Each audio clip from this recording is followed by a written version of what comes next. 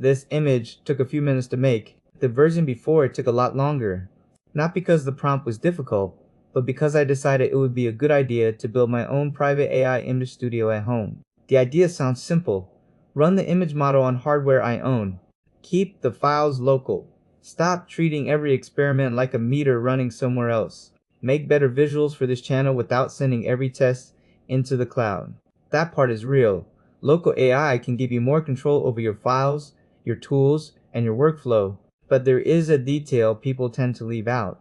When the cloud goes away, the troubleshooting moves into your house. So this is not a video about whether you should buy a GPU. This is a field report from the middle of the project, what I was trying to build, what actually mattered, and why a workflow that looks like a few boxes on a screen can consume an entire evening. My starting point was one RTX 3090, a home server, and a pile of local tools. Comfy UI for the image workflows. Flux for image generation. Lower A's for steering a model toward a particular style or subject. And Olema on the same home setup for the language model side of the experiment. Quick translation, because these names get thrown around like everyone already knows them. Comfy UI is a visual workflow tool. Instead of clicking through a black box, you connect the stages yourself. Flux is the image model doing the generation. Allura is a smaller add-on that nudges that model toward a look, a character, or a specific kind of detail. That level of control is the appeal. It is also where the trouble starts. A cloud tool can hide 100 decisions behind one button. When you build locally, those decisions are suddenly sitting on your desktop, connected by wires, asking whether you remembered every dependency. The first thing I learned was that the model runs is not the same thing as the workflow works. Getting an image out of a model is the beginning. Getting a repeatable image out of it at a useful speed with the right character, composition, and quality, that is the actual project. And then there is VRAM. VRAM is the memory built into the GPU. It is where the model, the image data, and a lot of the working process need to fit while the generation is happening. If you run out, the workflow does not negotiate. It stops. A 3090 has enough VRAM to do serious local work. It does not have infinite VRAM, and I discovered that every time I tried to improve an image by adding one more step, better detail, add a pass, better face, add another model, higher resolution, add more memory pressure. At some point, the workflow stops being ambitious and starts being a traffic jam. The obvious answer is to throw more hardware at it.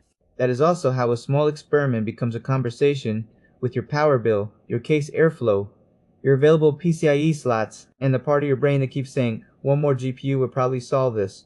But the more useful answer was to make the workflow smaller. I stopped asking one generation to do everything.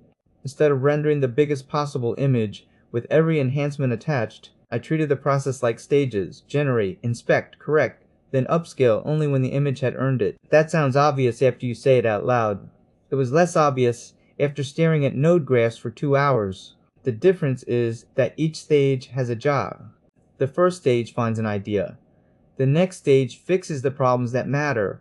The final stage spends the expensive compute only after the composition is worth saving. This is where local work gets satisfying. I can see the whole process. I can save it, change one variable, rerun one section, and learn what actually caused the improvement. The workflow is no longer magic. It is just complicated. And complicated is something an engineer can eventually make legible. Eventually, I built the workflow that did what I wanted.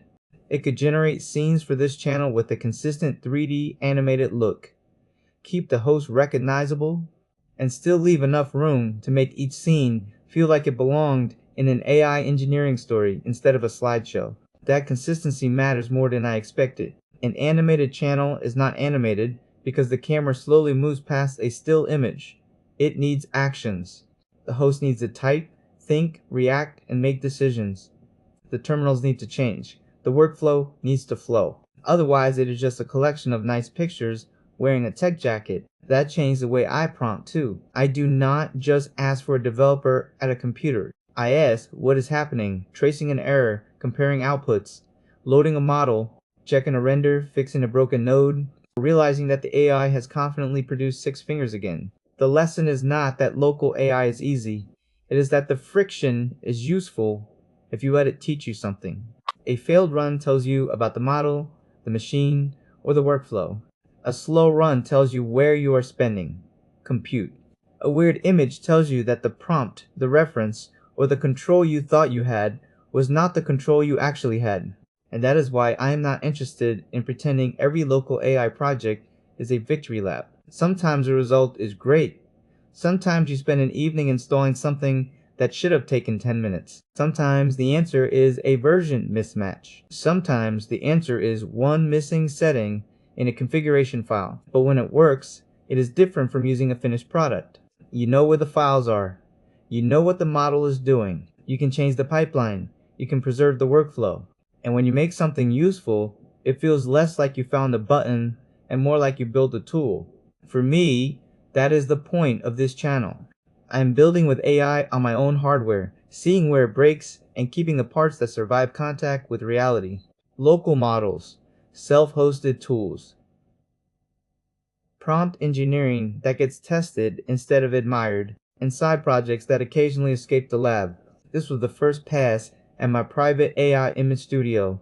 It is not finished, because none of these systems are ever really finished.